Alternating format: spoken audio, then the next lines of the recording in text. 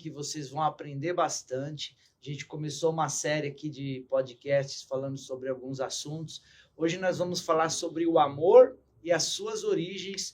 E a pessoa que vai estar conversando comigo aqui, vocês vão conhecer agora, é o Edson Agnello. Edson, se apresenta para o pessoal aí, né? Olá pessoal, tudo bom? É um prazer enorme aqui estar compartilhando aqui com os internautas da rede do Pastor Michel. Um lugar muito agradável, muito gostoso aqui com a sua equipe, né? E vamos aqui para um debate. Ele diz que a gente vem para ensinar, não é isso, nós estamos aqui para aprender. O dono aqui construiu com amor esse espaço. Eu conheço o dono aqui? Já ouvi falar dele, né? E nós estamos aqui para tentar, né, levar algum debate. Sim. Desse debate sair algum conhecimento para todos nós. E o Edson, para quem não conhece, o Edson ele construiu muita coisa aqui em Mauá, foi um grande urbanista aqui num período aqui em Mauá. Hoje ele tem voado para outros lugares aí, né? Mas ficou bastante tempo trabalhando aqui em Mauá, já trabalhou na prefeitura, já prestou serviço, já fez muita coisa aqui, né? Explica um pouquinho da história do senhor aqui em Mauá. Então, a gente nasce aqui, né, em Mauá, em 1955, fazendo só um detalhe aí, nunca trabalhei na prefeitura. Ah, nunca? Não, muitas pessoas... Só teve livramento. Então, né? Muitas pessoas, até recentemente, uma pessoa lá que é antiga da prefeitura, achou que eu tivesse trabalhado somente um período, né, que meu pai foi vice-prefeito, talvez por isso as pessoas acham que eu tive alguma função pública. Mas o senhor não prestou serviço para eles, assim, não? Sim, não, como prestar serviço, sim, porque eu começo minha vida profissional, né, como arquiteto, e aí eu fui trabalhar numa construtora de São Paulo, depois, posteriormente, numa outra em Santos, e nessas duas construtoras, elas pegavam obras do governo, né, obras públicas, e aqui em Mauá eu realizei diversas obras que eles participavam, e eu era o profissional que tocava essas obras, né? Eu era o responsável por elas, né? E aí a gente, naturalmente, nascido e criado aqui, fez uma série de amizades, né? Amizades boas, né? E amizades ruins também, né? Sempre tem, né? Faz parte, né? A gente não deve perder a oportunidade de experimentar todas, né? Mas nós fizemos algumas realizações aqui bastante interessantes, né? Na época, os projetos, eles eram, eu entendo assim, que eles eram muito melhor, né? De mais qualidade em termos de projeto, tá? Então, você tinha algumas obras mais ponderadas do ponto de vista urbanístico, né? Sim. O senhor gostou de trabalhar com obra, com pedreiro, com mestre de obra, com engenheiro? Sim, na época parece que fluía melhor, né? Hoje está mais difícil achar profissional, né? Difícil. Às vezes hoje eu penso assim, não daria mais. Eu tinha pessoas que eram altamente comprometidas, né? E eram pessoas que trabalhavam e as condições elas eram muito piores, né? Piores no sentido de que exigia o esforço físico mesmo. Tinha, né? Infraestrutura, tecnologia, equipamento, né? Igual tem hoje, né? Não, isso não tinha. Até recentemente, há uns 5 anos atrás, eu localizei, morando em Limeira, no interior de São Paulo, perto de Campinas, um rapaz, um senhor, né, que foi mestre de obra, né? Muitos anos trabalhou, nós tocamos várias obras junto. E quando nós começamos as obras, né, nós ter uma bitoneira na obra para virar concreto era luxo, né? Porque, né, isso não era já para a empresa, né? A gente tem que ser uma construtora para ter uma bitoneira, né? Aí, posteriormente, a bitoneira, então, se chegou aí o concreto usinado, né? Nossa, aí nós falamos, agora nós vamos conquistar o mundo, né? Nós vamos conquistar tudo, né? E isso tudo se subia, né? Esse concreto, para se levar ele para cima, verticalizar ele, o transporte dele, ou era inicialmente por carretilhas, depois surgiu alguns guinchos elétricos e depois os elevadores, né? Mas elevador de obra, que era aquele madeiramento, né? Que você subia, a pessoa não subia junto, só punha a jirica, os carrinhos com o concreto e subia só o concreto, porque de vez em quando não dava certo, aquilo despencava. Então era uma aventura, né? E aqui em Mauá o senhor construiu quantos prédios, mais ou menos? De cabeça o senhor não vai saber, né? Acho que são 3, 4. 4 prédios. Quatro prédios. Um grande de 10 andares, e os outros pequenos de 4 andares, 3 andares, mas foram 4 prédios. Fora casas, galpão também, né? Ah, não, aí é. Aí é Né? do cotidiano, né? Apesar que nessa fase da obra pública nós fizemos muitas escolas, né? Muitas obras aí tem a primeira escola de educação infantil ali no Zaira, na Cláudio Savieto, uma escola bem antiga ali, década de 80, isso estou falando, né?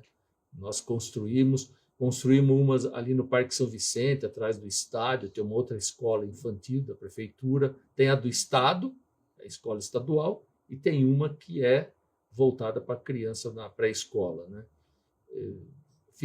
Construímos aquele terminal que existia onde hoje é o McDonald's, né? Fizemos o fechamento do estádio lá atrás, há 40 anos atrás, mais ou menos, 35 anos atrás, o primeiro fechamento e a conclusão do estádio, nós fizemos essa obra.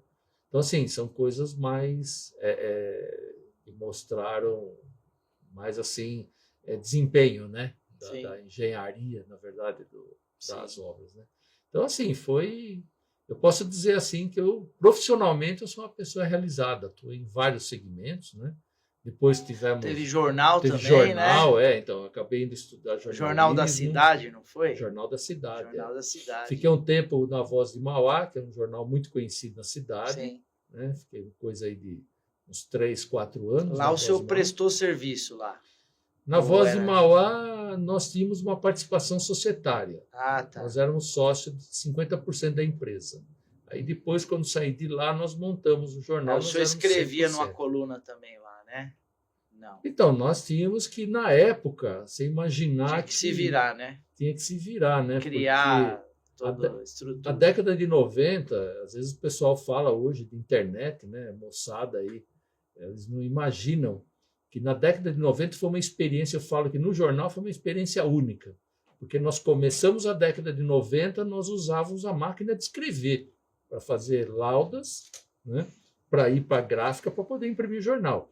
Nós terminamos na virada do milênio, aí, no final dos anos 90, com a internet fluindo, né? E nessa década, para vocês terem ideia, o fax chegou nessa década e se extinguiu nessa década. Foi. Né? O fax durou 5 anos aí. E foi útil na hora que ele foi criado, sim, né? Na hora que ele foi criado, sim. Daí a pouco ele já foi superado pela internet completamente. Acabou com ele. Isso, Então foram assim mudanças nessa área muito forte, né? Tem assim histórias muito boas aí nesse sentido. E aí no jornal era aquilo lá, né? A gente tinha que saber fazer tudo, né? Só que eu tive uma situação que eu adotei, porque embora a computação chegou, eu não sabia mexer no computador. Eu não sabia digitar no Windows, né? No Word. Não sabia usar Excel, não sabia usar Word, não sabia nada. E por que isso, né? Porque justamente todos os funcionários do jornal sabiam que eu não sabia usar. Né? E assim, ninguém podia faltar, ninguém podia deixar o seu trabalho para mim, porque eu não saberia fazer. Então, o senhor foi obrigado a parar de ser centralizador e poder distribuir isso, exatamente, eles, que era né? para cada um ter a responsabilidade, né? Porque o jornal ele é cansativo. Ele era um trabalho assim, muito cansativo, exigia de você diariamente. Né? Então, mesmo para as pessoas, escala 6x1, ok, era escala 7x7, 24 horas. Né? Tinha 6x1, de 8 horas por dia. Tinha que pegar a informação fresquinha para poder jogar, né? Sim, era. E nós tivemos, assim, coisas inusitadas. Às vezes eu falo assim, nós fizemos a matéria, né, em primeira mão do avião que caiu no Jardim Zaira. Né? Aí você fala isso hoje para as pessoas, fala, imagina, caiu um avião no Jardim Zaira? Né? Eu falo, pois é, então. E tem um lugar ali no Zaira, lá no fundão, que chama até aeroporto o bairro. Eles chamam lá no Zaira 5, 6 lá. Ah, não, aqui é o aeroporto, que é onde justamente caiu o avião, que foi lá em 1993. O senhor fez a cobertura desse fato. Sim, isso. Tinha um colega nosso que fazia serviço freelance para nós, que era o Rony, Foto Rony, lá do Itapeva. Sim. Até onde eu sei, ele está vivo até hoje e tal, né? Isso. Um negocinho lá. Então, e ele fazia essas correrias, né? Ele tinha uma frequência ali que ele recebia informação em primeira mão, né? Então caiu um avião lá no Zaire, ele estava lá, ele era o primeiro de tudo. Então nós tínhamos imagem, fotos, né? Imagem, hoje o pessoal fala, imagem é comum, todo mundo tem um celular na mão. Naquela época, não, que é imagem, isso? Você tirava a foto, tinha que revelar na fotótica. Não, nós às vezes esperava algum dia para ficar pronta a foto. No início nós imprimimos o jornal em preto e branco, né? Assim, tinha colorido, né? E nós tínhamos um laboratório de revelação dentro do jornal. Nós tínhamos um quartinho lá com todas as situações. Por quê? Porque o cara ia lá, tirava foto, já chegava ali, já relevava, já revelava na hora, para nós sabermos o que nós tínhamos de material para a gente passar. E tinha fotos, assim, histórias aí para a gente contar, né? Mas a do aeroporto era interessante, né? E a gente até brinca com o pessoal do Jardim Zaira, né? Assim, naturalmente é uma brincadeira construtiva, não é desmerecendo nada, ninguém ali, tá? Mas assim, a gente fala que o avião caiu porque os dois pilotos que estavam nele, os dois ocupantes, eles tentaram cruzar o Jardim Zaira todo sem abastecer. Ai, acabou a gasolina. Não, o Zaira está no Guinness Book, que é a vila maior, não é? Parece que a maior densidade demográfica, né? Tá, assim, que eu tenho notícia, porque ele é uma área extremamente pequena, com muito morador, né? Muito morador. Então, assim, como ela todo mundo imagina pela quantidade de morador, né? Porque hoje, até onde eu tinha uns tempo atrás aí, o Zaire, São Paulo tem 645 municípios, a população do Zaire está entre, acho que 100 e poucos municípios do estado, só do Zaire, né? Ela é maior do que 400 municípios, 450 municípios do estado. Então você vê, é um negócio que, né, foge um pouco dos parâmetros, né, da realidade, e aí a gente vai entrar no atendimento até dessas pessoas, né, que é muito pensar. Até o Zaire 6, até agora tem mais. Que eu sei até o 6, Até o 6, né? Então, se a gente pegar a população que tem hoje, na verdade, o Zaire teria uma cidade de 80 mil habitantes, ela tem hospital, ela tem fórum, ela tem uma série de serviços públicos que o Zaire não tem, né? Entendeu? Então é uma coisa. Eu brinco até com a história do trem, né? Que eu falo que o trem, quando ele passa Mauá, ele vai quase que vazio para o Guapituba, Ribeirão Pires, Rio Grande da Serra, então chega quase que vazio mesmo, né? E eu falo assim, que o trem, ele deveria chegar em Mauá e daí para frente as pessoas para Ribeirão, Rio Grande, vêm de ônibus, que o trem devia ir para o Zaira. Seria bom, né? Tem mais gente do Zaira do que Parque das Américas, sim, Ribeirão Pires, então, exatamente, né? Atenderia muito mais ali, né?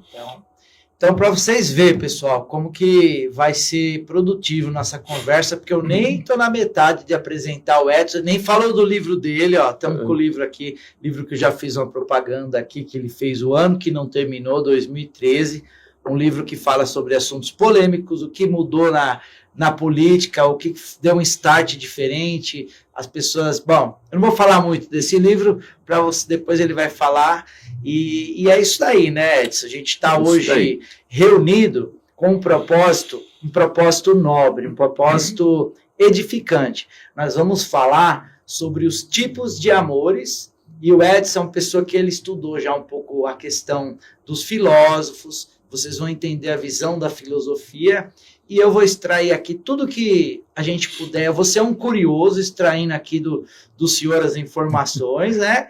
E eu vou passar a visão que eu tenho do amor através da palavra, através do evangelho, através da minha vivência, até mesmo eu acho que vale muito é a nossa experiência pessoal quando a gente experimenta algo, né? Então, eu vou falar sobre como eu experimentei o amor de Deus, que ele fez na minha vida também, né? E eu acredito que nós vamos nos edificar bastante com esse conteúdo, eu tenho certeza, né? Com certeza, é isso aí. Então, eu acho que você vai dar o fechamento, né? Porque nós estamos aqui tentando, né, descobrir, tá, o que é né, o que é a vida. Então, assim, nós não sabemos ainda, né? Nós estamos tentando descobrir para levar e para debater isso, né? Sim. Nós não somos o dono da verdade, né? Nós só somos filho da verdade. Sim. Né? Eu queria que o senhor também falasse para o pessoal da origem religiosa que o senhor teve. O senhor é de italiano, né? A descendência, né? Sim, sim. Descendência italiana. Formação católica. Fez a primeira comunhão com o padre Belisário, não? Com o Belisário. Não, Belisário não, era com o Monsenhor. Ah, tá. Foi o Monsenhor Venâncio Arminas, né? Que foi é o nome da praça ali, na Matriz, né? Em Mauá. Na Matriz, aqui, né? em Mauá. Ele era um Monsenhor, ele era grandão. Ele 6 meses de catecismo, foi isso ou não? Era toda essa... Todo sábado de manhã. Toda essa trajetória. Eu fiz também, ó. Era o batismo, né? Depois vinha a primeira comunhão, depois vinha a crisma, entendeu? Era toda... O senhor chegou a crismar? Sim, não, então... era de lei, né? Uhum. Isso era uma... na verdade, o que a gente tem que entender é assim, né? Que naquela... É que nem mais ou menos eu vejo isso como matrimônio também, né? As necessidades, pelo que as pessoas, né, tinham na convivência social, era tão grande, né, que qualquer fato desse, né, como a igreja, era um acalento, né, para aquelas pessoas, né? Porque era uma vida difícil, né? Uma vida muito sacrificada, né? A gente era privado de tudo, na verdade, né? Embora era uma vida feliz. Né? Não tinha nada, mas tinha tudo. Tinha tudo, hoje é isso a gente aí. Tem tudo e não tá tem vazio. Nada. Isso aí. É o contrário, mas hoje também tem o acalanto da fé, sim, mas sim. Por um motivo reverso, porque quem tem tudo percebe que não tem nada, né? Isso, As pessoas não tinham nada e sentia que tinha tudo. Tinha na tudo, época, né? E eu falo até hoje, eu vejo, né, porque a vida hoje ela ficou muito cara, né? Eu falo isso aí para várias pessoas, eu falo que a vida ela se tornou muito cara no dia a dia. Hoje você tem conta, eu vejo as pessoas falar, reclamam, né, assim, porque tem isso aqui, tem que pagar aquilo, tem que pagar isso aqui. Eu vejo assim, que eu me recordo, com 10 anos, 12 anos, meu pai e minha mãe, eles tinham uma conta por mês para pagar, que era a conta de energia.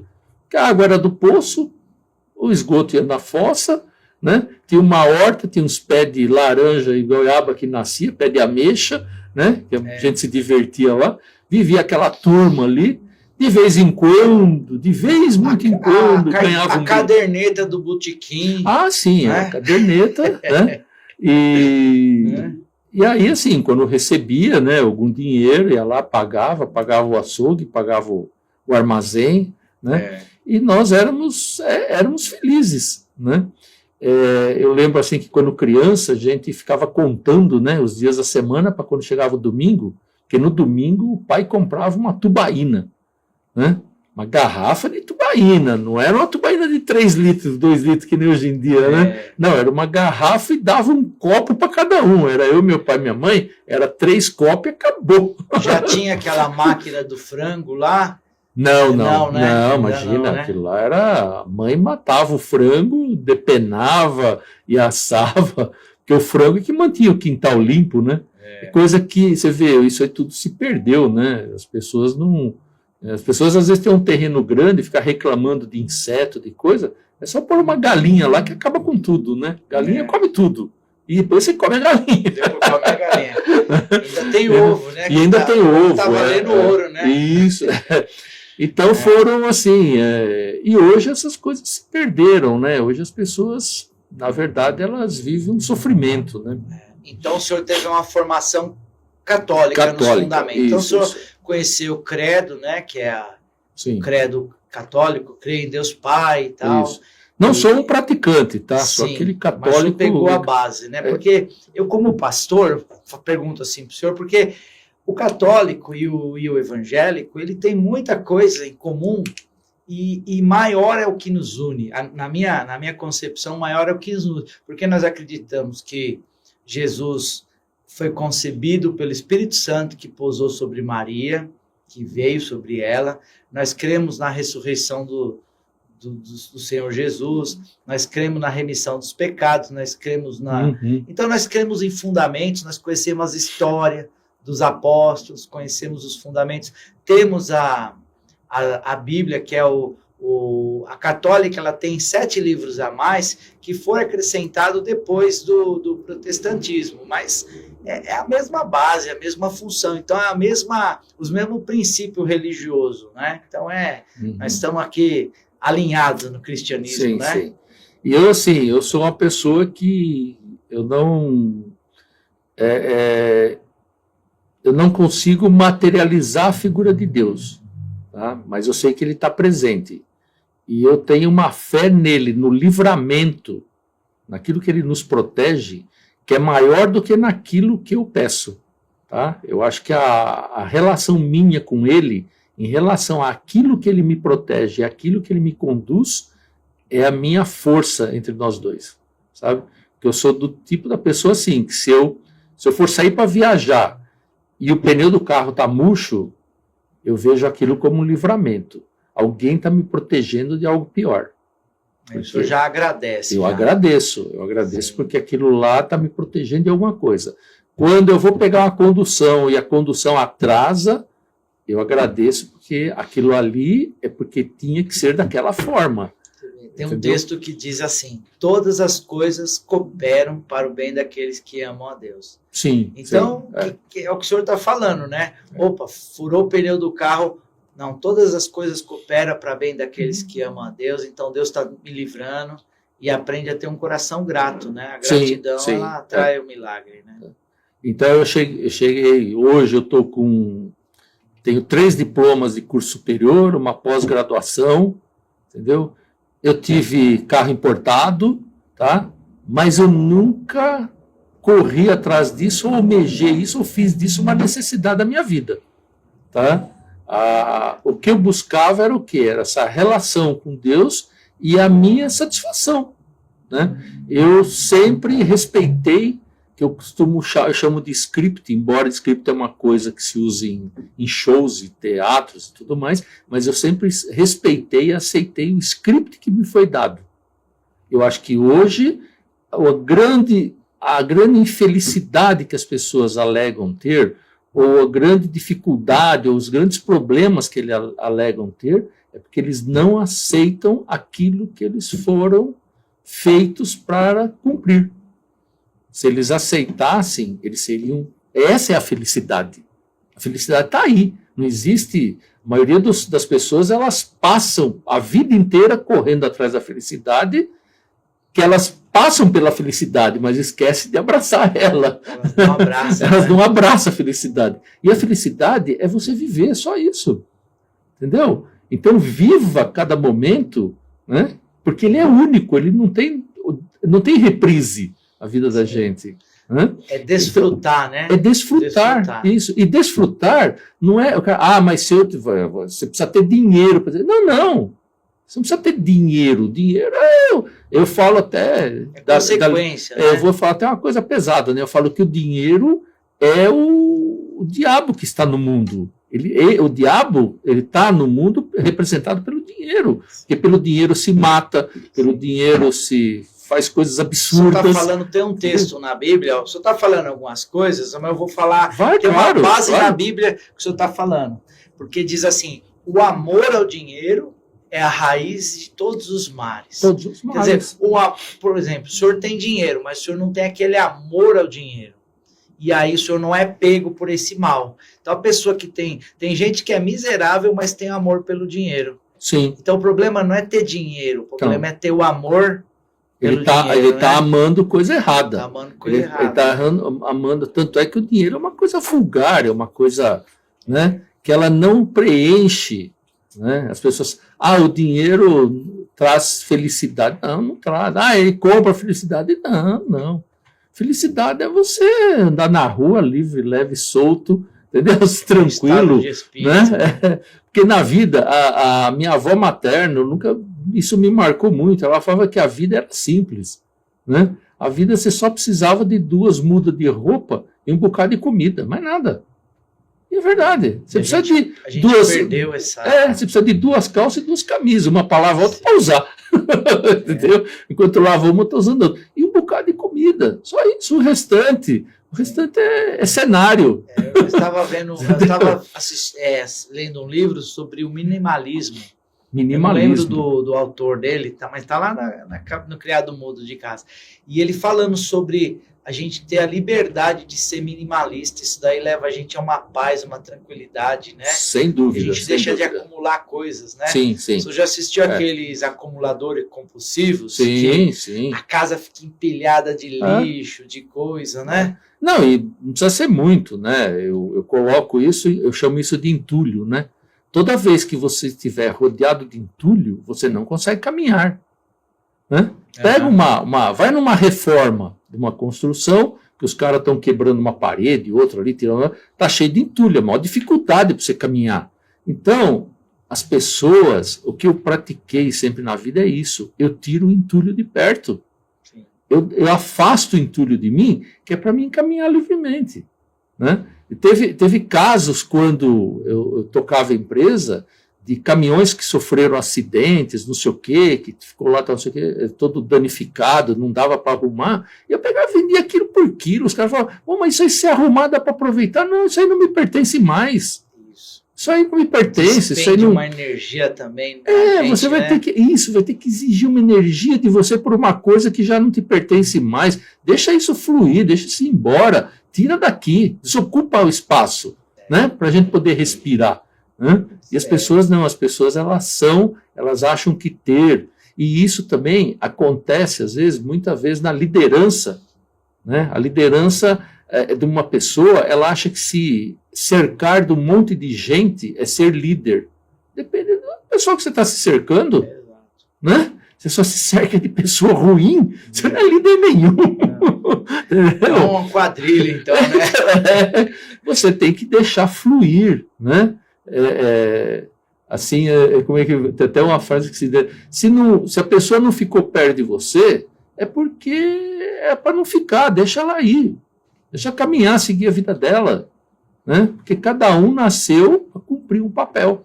Então, pega aquilo que é de bom, que está reservado para você, e viva aquilo, viva intensamente, né? Porque aí você vai estar bem, né? Dentro do propósito. O propósito da vida do homem diz que é escrever um livro também, né? Sim. Então, se eu escrever o livro aqui, ó, tá aqui o livro. Dá um zoom aqui, Jairo. No livro do Edson aqui, ó. Conseguiu dar um zoom?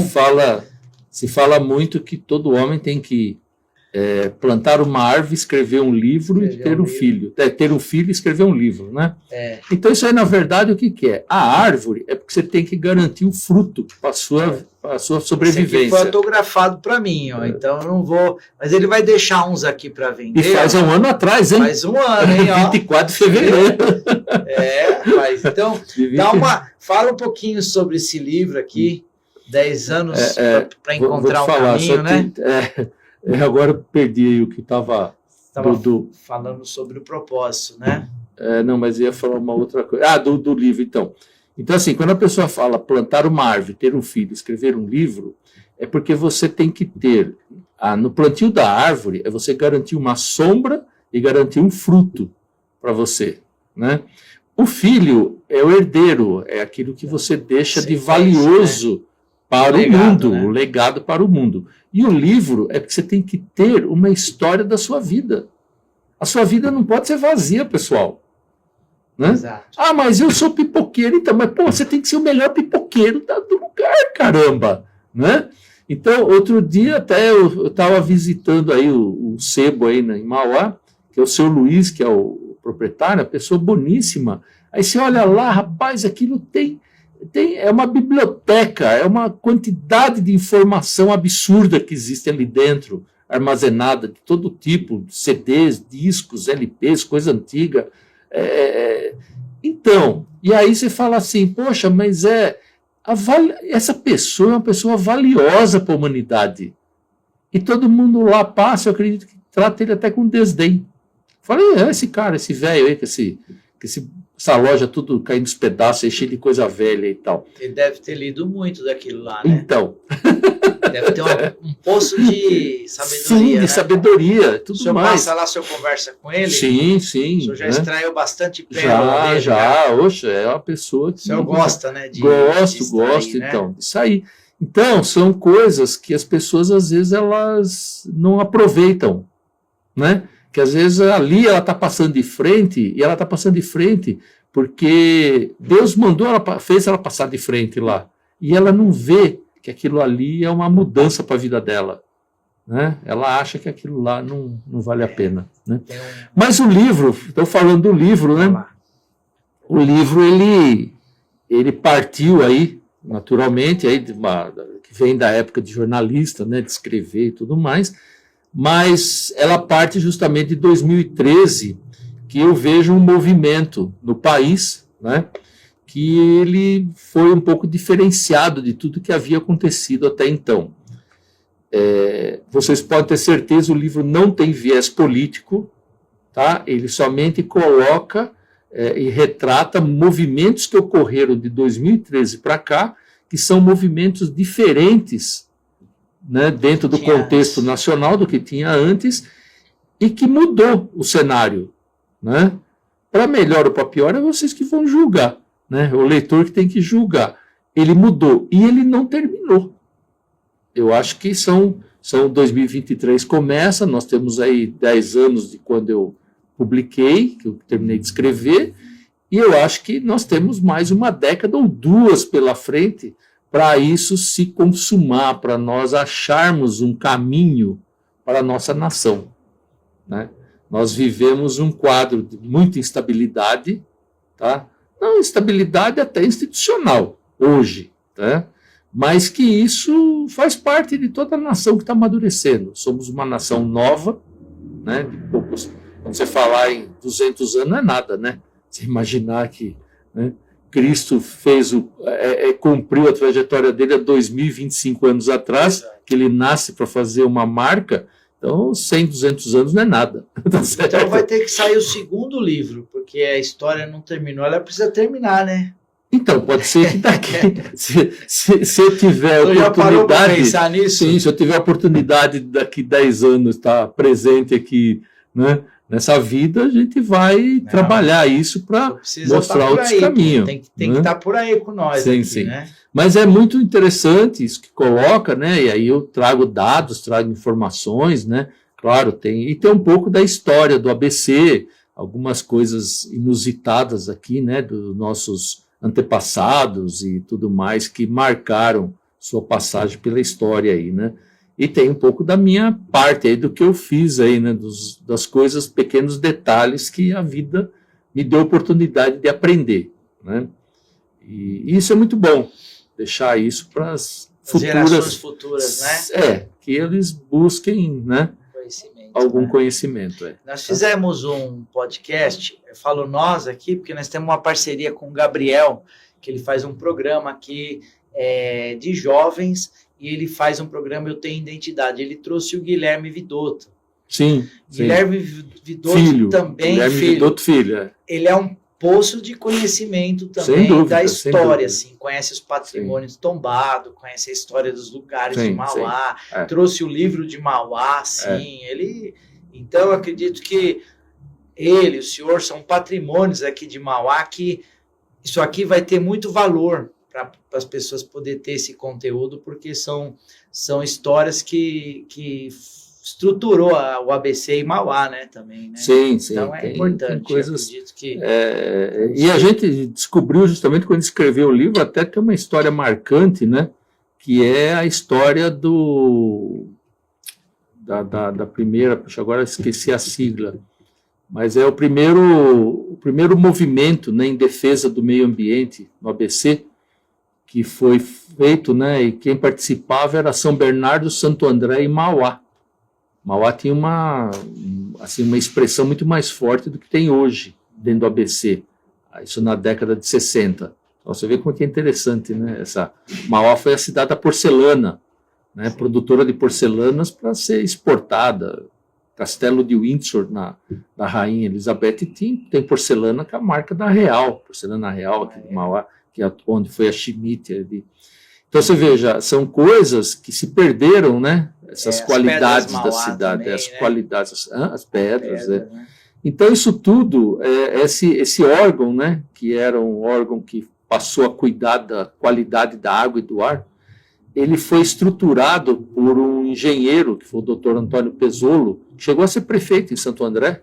Então, e esse órgão, você veja, no final dos anos 60, ele se torna o que é a CETESB. A CETESB surge a partir desse órgão que foi criado aqui no ABC e que Mauá fazia parte.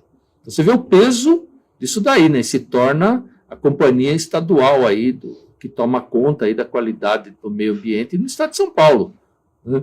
Então, isso foi uma coisa muito marcante, que eu fui pesquisando, fui escrevendo o livro que eu acabei descobrindo isso daí.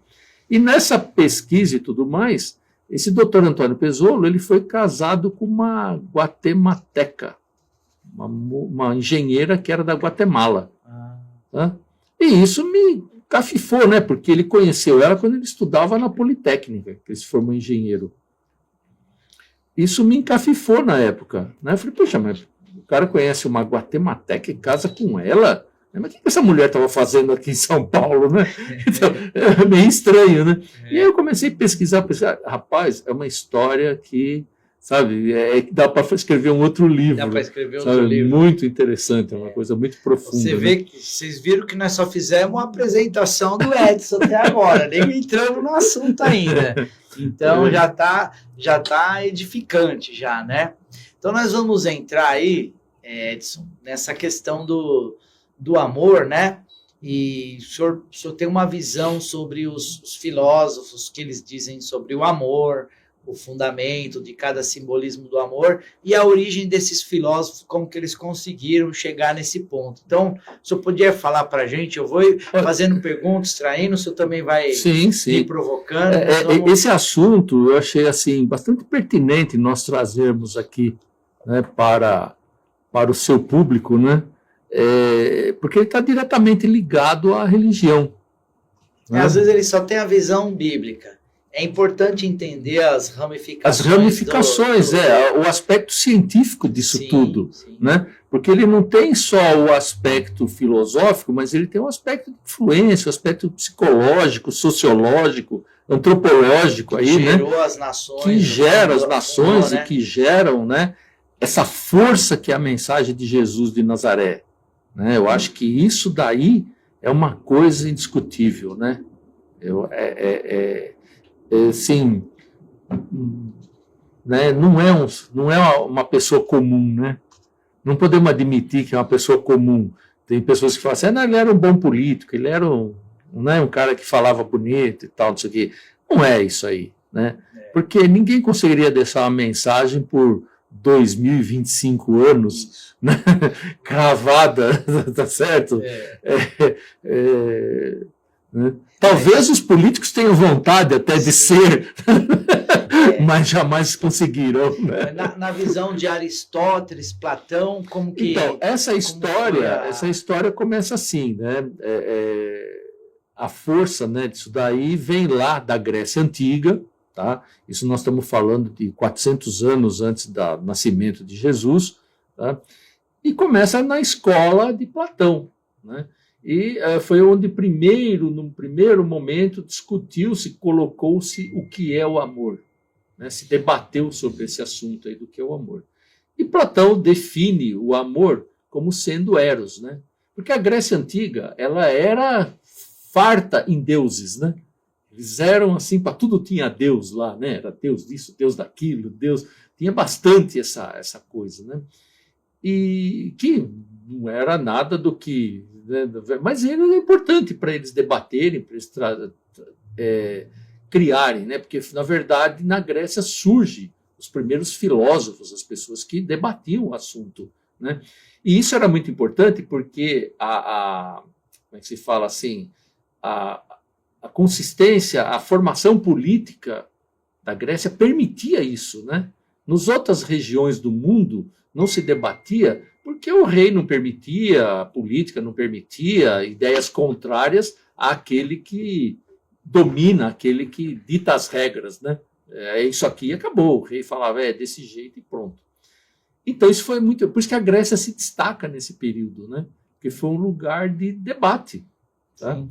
E aí Platão, nessa escola de Platão, ele debate a questão do amor e chega na conclusão que o amor era o Eros. Né? E o que era o Eros? O Eros era, né, até as pessoas hoje mistura muito com o erótico, né, porque o deus Eros era o deus do erotismo, mas ele coloca o Eros por quê? Porque era o desejo.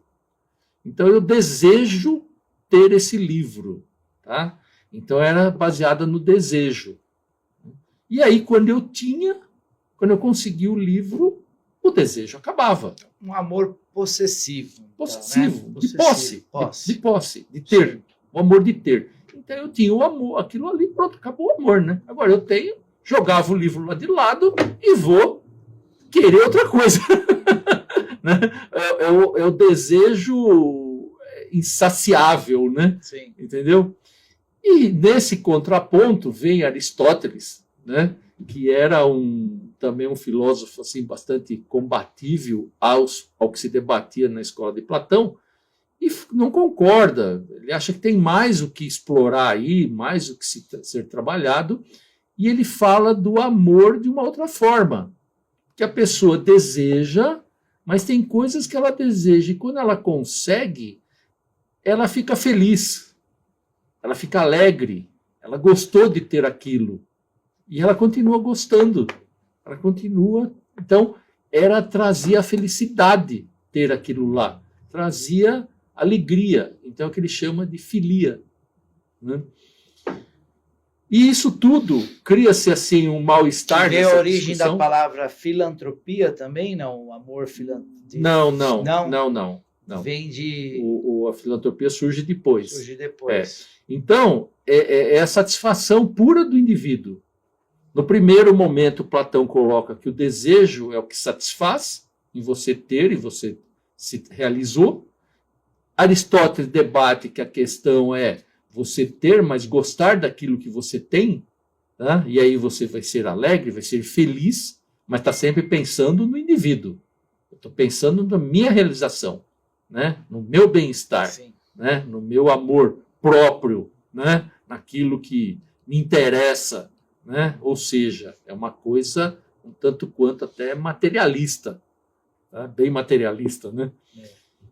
E aí, essa discussão toda lá, né? Cria-se um mal-estar, inclusive Aristóteles acaba sendo expulso da escola de Platão, por causa desses atritos e tudo mais, e, coincidentemente, o pai de Aristóteles era o médico do rei que governava a região onde surgiu Alexandre, o rei Alexandre o Grande, que na época era pequeno.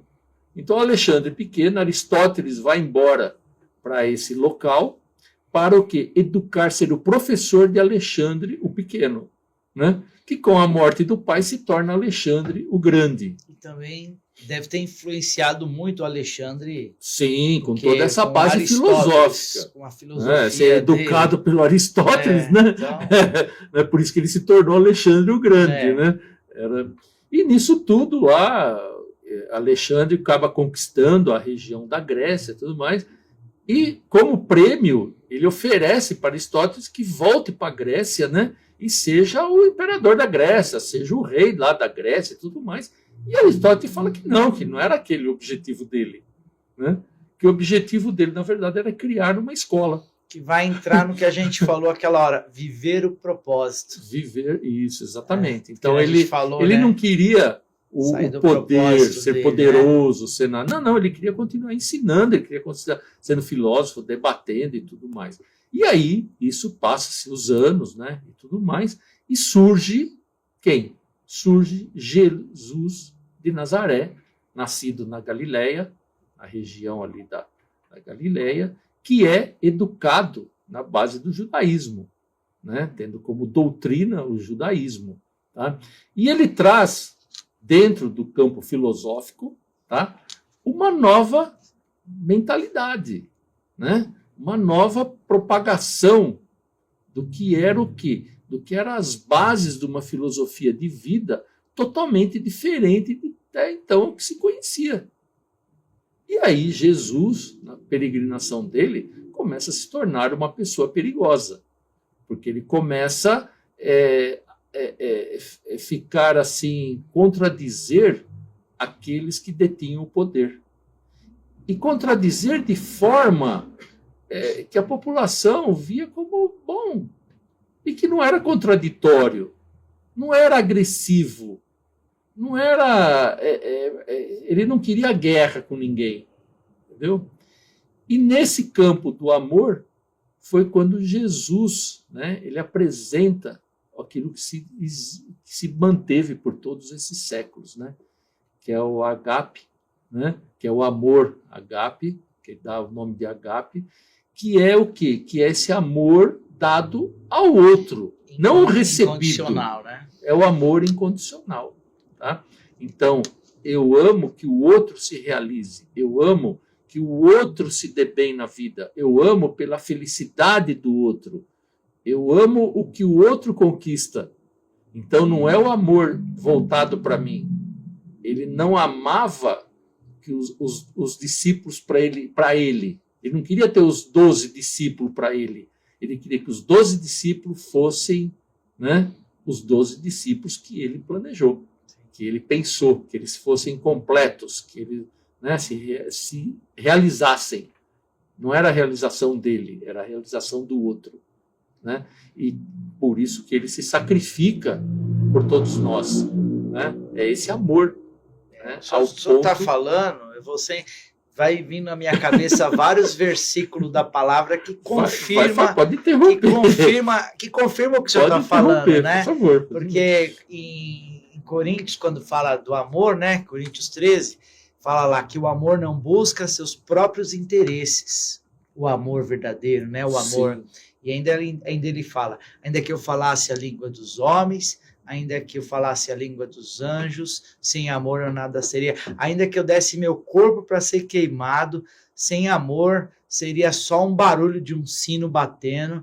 Então o amor é longânimo, é compassivo, não suspeita o mal. Então ele vai dando as características desse amor ágape que o senhor está falando, né? Sim, sim. Inclusive o versículo central, a gente, como cristão, a gente fala assim, o pessoal começa a descobrir a fé cristã, a gente fala, o versículo central de cabeceira, que todo cristão precisa saber de cor, é esse, que se chama João capítulo 3, versículo 16, diz assim, porque Deus amou o mundo de tal maneira que deu seu Filho unigênito para que todo aquele que nele crê não pereça, mas tenha a vida eterna.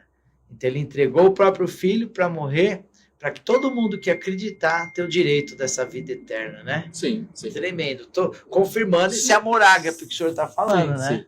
E é isso que eu acho que, né, foi uma situação aí, né, indiscutível, que, claro, o status quo, né, que é um termo moderno, da época, né? Da época, né, se sentiu extremamente ameaçado. Né? Porque isso daí, esse camarada vai fazer uma revolução. E quando não era, na verdade, isso que ele buscava, né? Ele não estava querendo poder nenhum, não queria fazer revolução nenhuma. Ele queria melhorar a visão que as pessoas tinham em relação a eles próprios. Né? Sim. Mas, né, como nem tudo é perfeito, né? E tem uma frase que diz, né, que se a vida está dando... A vida é igual a matemática, né? Se está dando tudo certo é porque tem alguma coisa errada. Né? Então você tem que rever determinadas situações. Mas aí vem uma indagação, né? Que muitos podem estar se perguntando. Fala assim, puxa, mas como que eu vou amar o próximo se eu nem conheço o próximo? Né? Como que eu vou amar esse próximo? Eu amar o meu filho ainda vai. Então, claro que vai, né? Ele é sangue do teu sangue, ele é carne da sua carne. Até o homem mau ama seu filho. Até né? Isso, Então você tem que ter essa coisa. Então, ao filho, você tem que ser o responsável. Né? Você é o criador, ele é a criatura. Criação sua, né? Então, e você tem que cuidar dele, né? Tá certo? Às vezes, o amor Não é aquele blá blá blázinho de Mimo. de diminutivo, né? Ai, meu bebezinho, ai, meu lindinho. Não, não, não. Às vezes é do respeito, de você que as regras têm que existirem, né?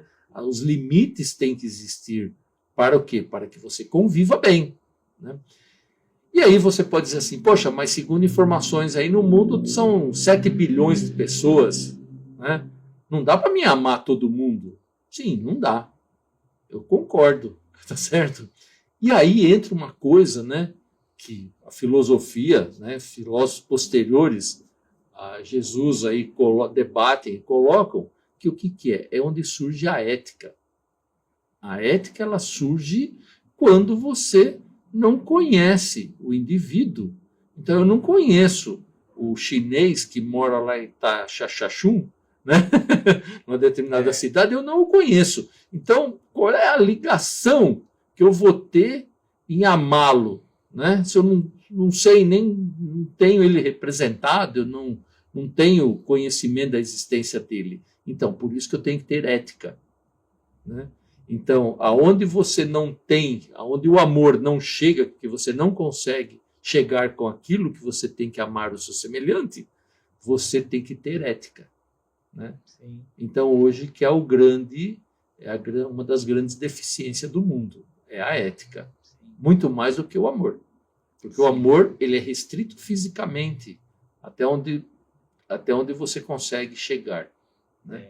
Eu costumo dizer assim, até uma coisa que as pessoas, eu tenho algumas frases, né, que eu uso, que a pessoa fala assim, e aí, Edson, como é que tá? Tudo bem? Tudo bom? Eu falo, olha, até onde eu enxergo, tá tudo bem. Daí para frente, só Deus que sabe. Eu não tenho esse alcance. Uma das maneiras de demonstrar o amor que eu tenho aprendido é através da intercessão, né? Tem um texto que diz para a gente interceder pelas pessoas. Então, uma maneira de você interceder pedindo a bênção para aquela pessoa, desejando bem, até para os governantes que estão oprimindo a nação, né? Jesus falou, tem que amar o inimigo. Amar o inimigo não é fácil não, né? Não é fácil. E se fosse fácil, todo mundo faria também, né? Então ele só pediu coisa difícil pra gente, né? Então, amar o inimigo, se mandar caminhar uma milha, caminhar 2, né? Dar outra face, né? Mas se você está enxergando seu amigo a 500 metros de distância, procure ter seu amigo a 100 metros. Aproximar, né? Isso, né? Nunca ter ele, né? E retribua, né? E faça atos de amor por ele, porque você vai neutralizá-lo, né? Constrangê-lo, isso, né? você vai neutralizar. Porque se o inimigo, você mantém o seu inimigo próximo de você e você pratica o amor em relação a ele, ele fica constrangido em tentar alguma coisa contra você, porque ele fala, esse cara eu não entendo, esse camarada aí, né? O que ele quer, né? Porque ele... Então... Eu tenho assistido a série, não sei se o senhor já assistiu aquela série The Chosen, Os Escolhidos, no YouTube. Não. É uma série que fala sobre Jesus, mas assim, Jesus num sentido mais bem-humorado, mais humano, mais de personalidade, de temperamento. E eu estava assistindo essa semana um episódio que eles têm, os romanos, eles tinham o hábito de mandar as pessoas caminhar 1 milha, levando os equipamentos deles. Sim. Então, eles pegavam lá os judeus, pegavam os escravos e falavam, nós estamos indo no sentido tal cidade, vocês têm que caminhar 1 milha pela lei. E aí, mostra essa cena, não está na Bíblia, mas alguns historiadores colocaram que Jesus e os discípulos caminharam 1 milha levando. Aí Jesus falou, nós vamos mais 1. Não, vocês já cumpriram a lei. Não, mas nós vamos mais 1. E aí deixaram os romanos completamente constrangidos por esse espírito de servo que Jesus demonstrou. Isso, e caminhou 1 milha a mais, né? Então, não que seja fácil, né? Sim. Então, isso era porque isso que coloca Jesus de Nazaré como uma pessoa... outro padrão, né? Outro padrão. Por quê? Porque, na verdade, ele não estava obedecendo regras, né? Se estabeleceu uma regra... mais, né? Então, se estabeleceu uma regra, mas ele foi além. Foi além. Por quê? Porque ele queria conhecer mais daqueles que o perseguiam. Quando Amor todo mundo que seguia Jesus achava que ele estava querendo, né, ser o bonzão de andar 2 milhas, não, ele estava querendo conhecer mais daqueles que o temiam. Tá certo? Ele tem um relacionamento, né? Porque Deus é um Deus de relacionamento, né? Ele quer se relacionar, né? Até tem um texto que diz em Hebreus, diz que o pessoal, quando ia entrar no Santo dos Santos, tinha o tabernáculo de Moisés, e aí o sumo sacerdote, ele poderia entrar onde tinha a Arca da Aliança, que era um lugar chamado Santo dos Santos. Só entrava o sumo sacerdote uma vez por ano, com uma corda amarrada, sininho, que se ele morresse fulminado diante da arca, ninguém podia entrar. Então, ele entrava uma vez por ano para apresentar o pecado do povo. E aí, quando Jesus foi crucificado, lá no templo tinha esse tabernáculo, foi rasgado o véu que separava, e aí diz que pelo sangue de Cristo nós temos o livre acesso ao relacionamento profundo com Deus. Então, Jesus alcançou, através do sangue dele, justamente o que o senhor falou, a chance de nós termos um relacionamento profundo com Deus, né? Então não é pelo meu merecimento, pela nossa bondade, que nós não temos bondade natural, nós somos por natureza já maliciosos, né? Mas nós clamamos o sangue e nós podemos ter esse relacionamento com Deus, e é o desejo dele até hoje, né? Se relacionar com a gente, ter uma intimidade com os filhos, que ele fez o Edson do jeito que o Edson não quer mudar a identidade do Edson, né? Então, ele quer se relacionar, né? Isso. E por isso que as pessoas sofrem, porque elas querem mudar essa identidade. Né? A gente quer. Então, a gente quer. Então, isso aí, a pessoa nasce, ela fica querendo mudar a identidade dela a vida toda. Deixa a vida fluir. Deixa você... as coisas, elas vão acontecer. Né? Eu, quando tinha 20 anos, 25 anos, olhava o cara passar com um carro importado, eu falei, nossa, que carrão bonito, hein? Puxa vida, olha que carro, isso deve ser um caro, hein? Isso aqui.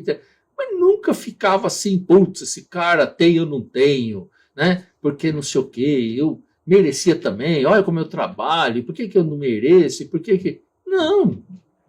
Porque isso seria uma inveja, né? Então, por quê? Porque eu tenho que ter o direito de ter aquilo lá. E não, ninguém tem obrigação para comigo. Entendeu? As pessoas, muitas hoje, vivem achando que todo mundo tem obrigação para com elas, que o mundo tem obrigação para com elas. Ninguém tem obrigação nenhuma para cada um. Entendeu? O mundo está aí. Entendeu? Viva a sua vida na plenitude que lhe foi dada. Né? Pô, mas o cara é um andarilho, vive jogado aí na rua, tal, não sei o quê. Então, não sei. Talvez essa é a plenitude que foi dada a ele. Entendeu? Ou seja, ou pode ser que não, que ele contradisse tudo aquilo que a plenitude que foi dada a ele rejeitou, por isso que ele está aí. Talvez isso seja mais sensato até, né, de explicar. Por que o andarilho está aí jogado? Por que o cara está drogado? Por que ele... Pô, se Deus é amor, né? Por que ele não acolhe esses famintos, esses necessitados, isso tudo? Ué, porque ele já deu a plenitude para eles. Talvez eles rejeitaram ela. E por isso que ele é uma alma pecador, sofrendo aí. Eu vi uma ilustração e fizeram até um comercial com essa base aí. Tinha um rapaz no cabeleireiro, não sei se o senhor chegou a ver esse vídeo.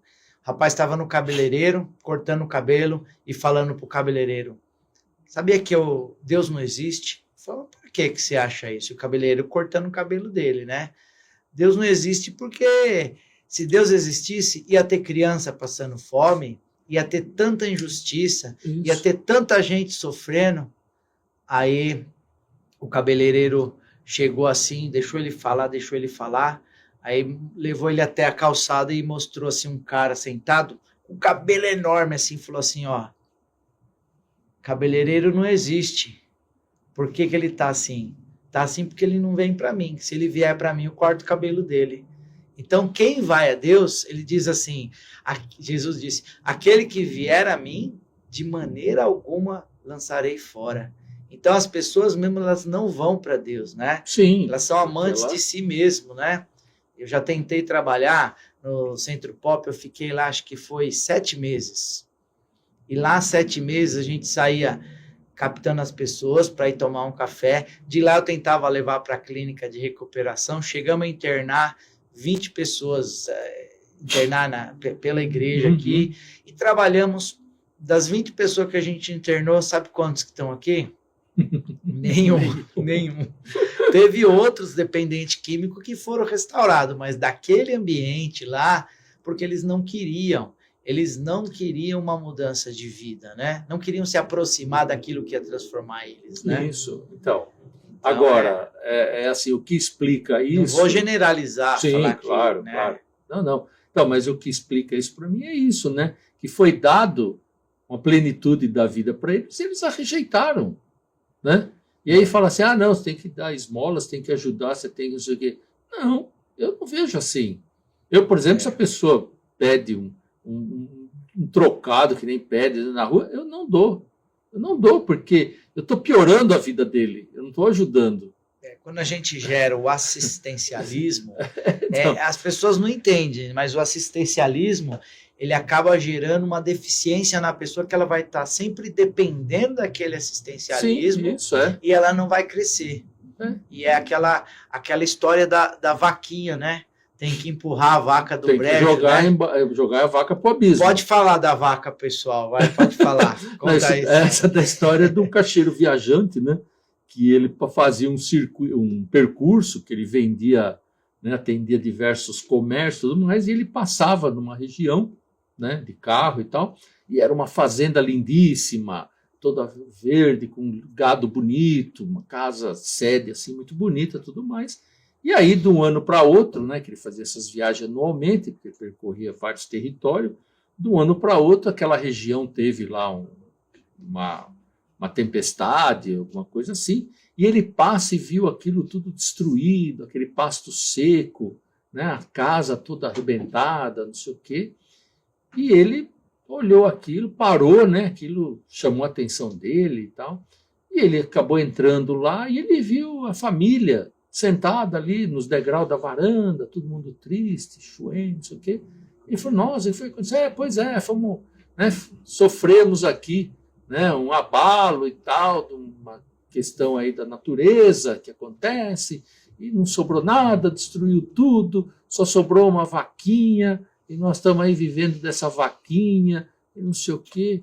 Aí o cara olhou, falou assim, eu posso ver a vaca? Ela está lá atrás, ali atrás do ranchinho, não sei o quê, está muito magrinha, porque nós tomamos o leite dela, não sei lá, tal. Ele pegou, foi lá, viu a vaca, tal, e ali perto tinha uma ribanceira, ele pegou a vaca, foi lá na ribanceira e jogou ela no buraco lá, e a vaca morreu. Caiu lá para dentro e morreu. Aí, quando o pessoal viu, queria matar ele. Como você jogou nossa vaca? Era a única coisa que nós tínhamos. Como que nós vamos sobreviver? Não sei o que tem. Ele escapou de lá, pegou o carro e foi embora. Daí um ano ele passa de novo lá, a fazenda está toda verde, tudo reformado, todo já tinha gado novamente, não sei o que lá. E ele parou e falou, puxa, será que os caras venderam, outro pessoal comprou? Ele parou lá novamente, foi ver, era o mesmo pessoal que estava lá. Falou, puxa vida, o ano passado vocês queriam me matar, agora vocês estão bem e tal. Oh, ainda bem que o senhor nos ajudou, né? O senhor matou a vaca. Porque eles estavam presos. Era o assistencialismo, eles estavam presos naquilo ali, né? Eles não saíam daquilo lá. Então, quando acabou a vaca, eles tiveram que dar um jeito, né? Então, isso é verdade. Muitas pessoas, elas vivem essa situação, né? Isso acontece com questão de doença, com questão de formação, né? Então eu vejo muito assim, às vezes a pessoa fala, né? Se eu tivesse dinheiro, eu fazia não sei o quê. Se eu tivesse dinheiro, eu fazia não sei o que lá. Olha, pessoa, posso falar uma coisa, eu nunca tive dinheiro. Entendeu? Até porque eu gasto tudo, viu? Tenho que confessar. Eu, assim, invisto, vai né? fazendo movimentar, mas né? eu guardar o dinheiro, como você comentou, de ficar idolatrando ele, olha, eu tenho 500 mil lá aplicado, imagina, não tenho nada, entendeu? Dinheiro não foi feito, dinheiro é uma coisa muito, muito nojenta, muito suja, não é para ficar guardada, dinheiro é para fluir. Para fluir, tem que ter um canal de Deus para fluir, para transbordar, né? Fazer porque vem outro. Quanto mais você flui ele, mais ele vem. O dinheiro não vem da retenção, ele vem da fluidez. As pessoas não entendem isso. Ele acha que se ele retém, ele vai, né? Você está falando da retenção, você sabia que o Mar Morto, todos os rios de Israel, uma parte dos rios de Israel, fluem para o Mar Morto, só que o Mar Morto não tem lugar de saída de água. Isso. Então, como ele só retém, ele começou a morrer porque ele não fluía, né? Isso, então, até mesmo uma curiosidade, o Mar Morto não... Aí agora ele está começando a ter voltando a ter vida, né? Porque criou uns bolaines lá e agora está fluindo para alguns lugares, vai começar a ter vida, porque faz parte de uma profecia bíblica que no final dos tempos o Mar Morto voltaria da vida, né? Então só vê que está cumprindo as... E a vida da gente é assim, né? Eu falo muito isso, você vê. Nós conseguimos passar um tempo até sem comer, mas não sem ingerir água. Água é a coisa mais pura que existe. Mas pega ela, põe numa vasilha e deixa ela 10 dias parada num canto ali.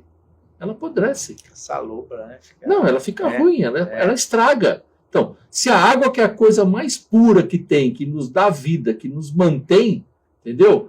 Ela apodrece se ficar parada. Então, nós não podemos ficar parados. Quem pensa no mundo estático não vai para lugar nenhum. O mundo ele é dinâmico. Você tem que se movimentar. Né? Então, não, mas eu estou doente, eu não posso porque me dói a perna. Então, dói a perna porque você não anda. Vou pegar mais um versículo bíblico para confirmar o que o senhor está falando, né? Sim. Que é legal, o senhor está falando na sabedoria que o senhor tem de vida, de vivência, mas eu gosto de encaixar umas bases bíblicas, porque mostra que tem um fundamento, né? A palavra de Deus diz que, no princípio, a terra era sem forma e vazia, mas o Espírito de Deus se movia sobre a face das águas. Então, o Espírito de Deus ele está sempre em movimento, está sempre atuando. Então, é esse negócio. Vamos mover as águas, vamos se movimentar, Deus está no movimento também. Quando a pessoa está vivendo, correndo para lá e para cá, contato, conversando, ativamente, ela está sempre bem. Se você ver aqueles casos daqueles senhor de idade que fala, eu vou me aposentar para não fazer nada. O senhor que já tem bastante... Morreu. Eu já ia falar, o senhor já tem experiência de vida. Aposentou para não fazer nada, morreu. Né? Lógico. Então tem que ter uma vida ativa, né? Claro, você tem que ter um propósito. Né? Propósito. Enquanto você estiver vivo, você tem que ter um propósito. Sim. Né? Seja qual ele que te fizer mais feliz, te fizer melhor, mas cumpra aquele propósito. Né? Eu quero recolher latim e doar para um cara poder vender e ter um dinheiro. É um propósito, ele é seu. Né? Agora, os propósitos eles têm que ser coerentes com aquilo que você quer. Sua natureza. Sua né? natureza, aquilo que você está predestinado. Né? Não, o meu propósito é juntar dinheiro para ter uma velhice tranquila. Velhice tranquila? Mas por quê? Eu quero paz. Paz você vai ter a hora que morrer. Entendeu? Descansa em paz. Descansa em paz. É verdade, né? Então, nessa vida... Tereis aflições. Então, lógico. Vai ter aflição, né? Está garantido, né? Às vezes o meu filho fala assim, rapaz, mas tem uns problemas para resolver essa semana. Eu falo, que bom. Né? Olha como que Deus é justo. Né? Porque ele é misericordioso. Tá certo? Ele está nos dando os problemas para nós resolvermos. Agora, se nós não resolver, esses problemas vai nos sufocar, vai nos atropelar.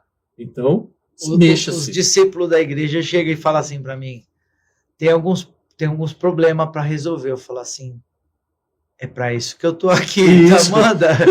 Porque assim, é disso que a gente vive, resolver problema. Lógico. Teve um conflito de um casamento, estou com um problema no matrimônio.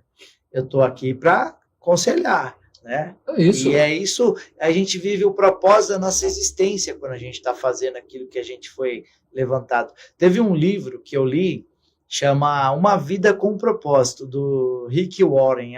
É um livro que eles são 40 dias, que tem uma lição diária para cada dia, e você vai entendendo o seu propósito de existência conforme o tipo de gente que você viveu, conforme a sua profissão, conforme a sua família, conforme o lugar que você mora. Você vai estudando o propósito da sua existência ali, e ali ajudou eu a entender que eu tinha que abrir um ministério para cuidar de vidas, e foi justamente o que me ajudou, né? Então, nós temos que descobrir. O senhor descobriu um propósito escrevendo esse livro aqui, não foi? Sim. E agora já está indo para outro propósito, que eu já estou provocando o senhor para abrir a história que não terminou. Peraí, então tem que terminar. Não pode deixar a história sem terminar, né? Isso, vai ter mais, então, tem mais que ter partes aí, né? parte, né? O mundo está em andamento. As coisas isso, estão né? dinâmicas, né? Elas Sim. não estão paradas.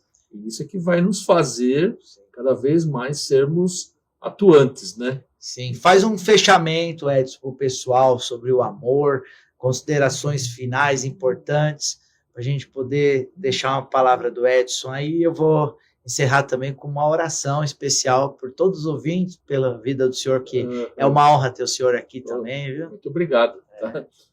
Olha, o que eu acho assim que das coisas, né, que eu posso dizer, né, que me tornaram feliz, tá? Foi que eu consegui plantar uma árvore, né? E essa árvore ela é boa, tá? É uma árvore muito produtiva, tá? Eu consegui ter um filho maravilhoso, tá? E consegui contar um pouco da minha história num livro, tá certo? E algumas coisas que nesse momento, em 2023, né, quando eu publiquei, que eu enxergava, que espero que as pessoas também se utilizem de algumas coisas como parâmetros aí, se interessar a elas, né? Mas o mais importante é que as pessoas têm que ter uma vida desprendida de padrões, de regras. Não é isso que você tem que ser um bagunceiro, um baderneiro, mas de padrões e regras que são colocadas, que aquilo vai tornar feliz. Entendeu? Elas têm que viver solta, né? Ela não deve. Tem pessoas que não andam num caminho a pé porque elas têm vergonha, né? Gente, o que é isso? Você tem vergonha de você caminhando numa rua, né? Eu sou um adepto, né, de caminhar, tanto é que há 2 anos atrás vendi até o carro, não tenho mais nem carro, e sou adepto de caminhar, de usar o transporte público, e para lá e para cá e tudo mais, e tem amigos que falam assim, pô, você não tem medo, é perigoso. Eu falei, mas quando você anda no carro, você não tem medo também? Você não vive essa sensação? Vivo, eu tô até que preciso comprar um carro blindado, não sei o que lá, tal. Mas não é esse o propósito que Deus te deu. O propósito que Deus te deu é confiar nos outros, é confiar no mundo, é confiar que você é mais forte do que o mal, né? E confie nisso, né? Você que tem uma doença, não sei o quê, combata isso com fé, combata isso com alegria. Você vai ver que isso vai começar a desaparecer. É estranho dizer isso, mas eu estou com 69 anos. Né? As pessoas falam assim, puxa vida, mas você tem amigo que fala, você dorme no formol, você não isso aqui está sempre bem, você está sempre alegre, ativo, você está, né, sempre ativo. Não é isso. E eu posso provar sim, você vai pegar, eu há 3 meses atrás, quando a gente nasce, a gente vai no pediatra, né? Quando a gente fica nessa idade, comecei no geriatra. Né? Geriatra, né? E tem que reconhecer que o corpo, essa matéria orgânica, ela tem prazo de validade. Né? Então, assim, que você vai, né, desaparecer organicamente, tá certo? Mas espiritualmente você vai continuar. A sua alma vai deixar uma marca, você vai estar aí. Né? Então, leve isso. Eu fui no geriatra, eu tenho os exames. Pô, eu não tenho diabetes, eu não tenho triglicéridos, não tenho colesterol. O cara falou, mas você veio fazer o quê aqui? Então, eu vim aqui para o senhor comprovar que eu não tenho nada. Então, eu vim aqui para isso, né? Pô, mas tua próstata tá normal, você não sei o que tem, fez até uns exames diferentes lá que nunca tinha feito, que vê as veias, que não sei o que lá. Mas hoje a medicina está muito avançada, você consegue, né, ver. Então, mas isso é eu que crio dentro de mim. Não é o remédio, isso. Eu não tomo nada. Entendeu? O cara fala, nem sei o que eu vou dar para você tomar. Você está um pouquinho ruim aqui na vitamina D, toma esse comprimidinho uma vez por semana. Qual o dia que você não toma nenhuma caipirinha, dá picadinha numa coisa? Eu falei, não, bebo assim. Então, esse dia que você não bebe, toma esse comprimidinho uma vez por semana. Assim, não é que eu seja um bebum de vez em quando. Eu tomo uma caipirinha, eu gosto. Né? Nada impede, né, de você. Eu me sinto bem, mas que eu tenho direito àquilo. Então, eu pratico. Né? Entendeu? É uma forma. Então, é isso, pessoal. Eu vejo que isso é importante na vida nossa. Tá? É viver a vida levemente. Tá? Outro dia, um amigo próximo aí me cobrou uma questão aí pessoal, né?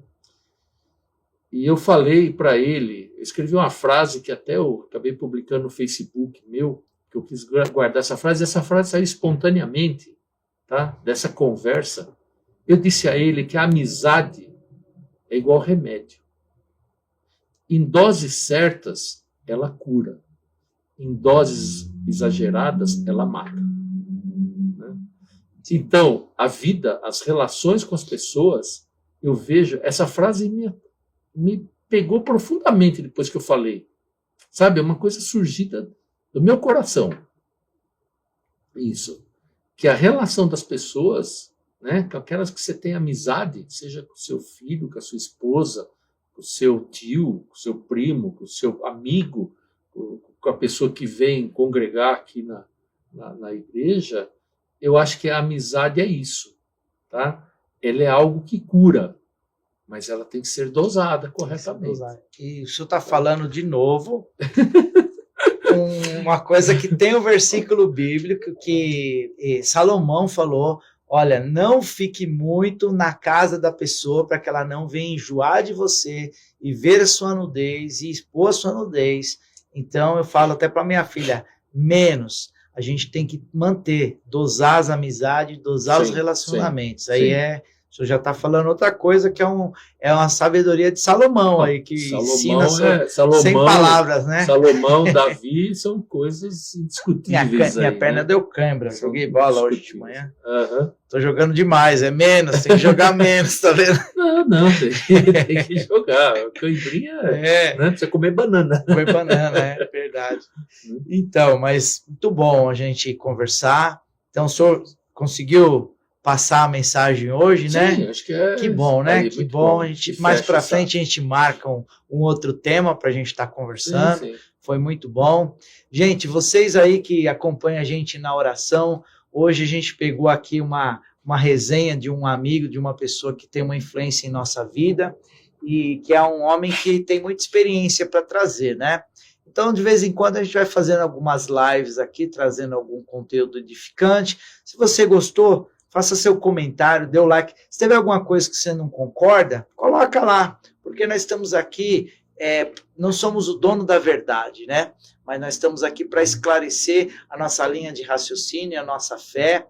Eu e o Edson caminhamos juntos, mas ele tem a fé dele, a fé católica, alguma maneira de crer. Isso daí, maior é o que nos une, porque o amor de Deus que nos uniu. O amor de Deus é muito mais poderoso do que uma opinião sobre um tema, outra opinião sobre outro tema. A maturidade é a gente saber conviver junto, não concordando com tudo, né? Acho que isso daí é um crescimento que a gente tem. Então, eu gostaria de fazer uma oração pela vida do Edson, pela vida do seu filho e por todos vocês que estão assistindo a gente, tá bom? Vamos orar, então? Quero pegar um gancho aí do que você falou, que nós não somos os donos da verdade. Sim. Realmente, nós não somos os donos da verdade, mas nós somos filhos dele. Filhos dele, né?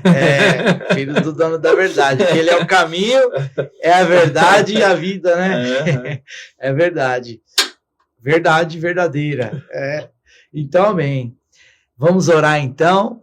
Querido Deus, eu quero te agradecer por esse momento, que muitas pessoas possam ser esclarecidas, edificadas e participarem desse momento, dessa comunhão, dessa nossa conversa, ó Deus, e crescendo, Deus, ampliando o seu conhecimento, que em nome de Jesus, cada um que assistiu esse vídeo seja abençoado por Deus E também eu quero apresentar a vida do Edson, a vida do Érico, que é o seu filho, que o Senhor venha guardar eles, ó Deus, nessa caminhada, nessa jornada, que as mãos poderosas do Senhor estejam nos guardando e nos protegendo. Em nome de Jesus, abençoe cada um, cada família, para a honra e glória do Senhor. Amém, amém e amém. Obrigado, gente. Graça e paz. Valeu, Edson. Obrigado Eita, pela oportunidade. amém. Felicidades a todos.